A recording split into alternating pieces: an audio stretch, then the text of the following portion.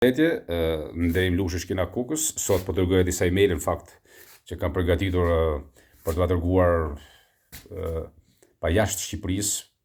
I dërgova sot në fakt ambasadës austriake, qeverisë austriake, një letër. Dhe zgjodha sot të kontaktoj gjithë qeveritë e Ballkanit për t'i njohur me realitetin politik në Shqipëri, me realitetin pa politik kundrejt qytetarëve të zakonshëm si unë pra. Kam shprehur aty qasjen e ambasadës amerikane, të qeverisë shqiptare, ambasadës britanike kundrejt lirive themelore të njerëzit, liria për të shprehur i lirë, liria për të bërë gazetari të pavarur, liria për të punuar për liritë ekonomike, të cilat i shtyp dhe i shkërmoq ambasada amerikane këtu në Shqipëri, e ka shndruar sistemin e drejtësisë, sidomos pas reformës në drejtësi, e ka shndruar në një sistem, në një organizat të pastër terroriste amerikane. Gjithsesi duhet të them që vetëm qeveria slovene ma konfirmoi marrjen e emailit, pasi i mora dhe në telefon, e konfirmoi, më dërgoi një përgjigje përmes emailit që e morëm emailin, ndërsa është interesant fakti i qeverisë së Bosnjës, federalit Bosnjës, po flisja me të sekretaren dhe ma sqaroi që nuk ka ardhur emaili, nuk vjen. Nuk do të habitesha që MI6 dhe CIA në Tiranë krijon një rrjet virtuale në internet, pra diçka që ata e bëjnë pa programuar dhe pa shtypur dy butona, me një buton e bëjnë. Pra kontrolli i tyre në internet është totalitar dhe kjo është thelbi i tiranisë amerikane në Shqipëri. Gjithsesi, kjo betejë nuk është që përfundon me një vendim të formës Spreyer me agjendën amerikane në Shqipëri.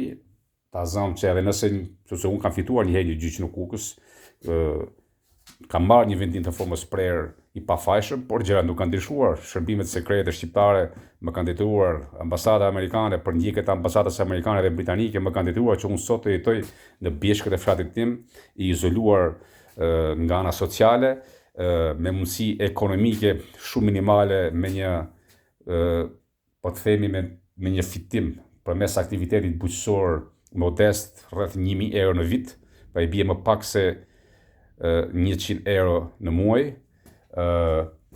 Pra është një betejë e vazhdueshme, nuk mbaron pra me një vendim gjyqësor, nuk mbaron me një burgosje, nuk mbaron me një arrestim, është një betejë të gjithëve. Kontrata nuk është e amerikane në Shqipëri, nuk është vetëm për Nderim Lushin, është për gjithë. Amerika i do njerëzit gjithë spion, i do njerëzit gjithë pas një lloj morali, pas një lloj digniteti, i don si mish për ta shtypur me këmbë. Kështu i don Amerika njerëzit në Shqipëri, i don njerëz zvaranik që nuk din, pra që nuk e mbojnë veten, është pra një armike e qenieve humane. Harrojmë drejtat e njerëzit, harrojmë ligjet, s'ka ligje amerikanët. Amerikanët kudo që shkojnë, vetëm vendosin çat çizme të forta, çat kputuc ushtarake, edhe i shtypin njerëzit. Këtë punë do të bëjnë edhe në Shqipëri.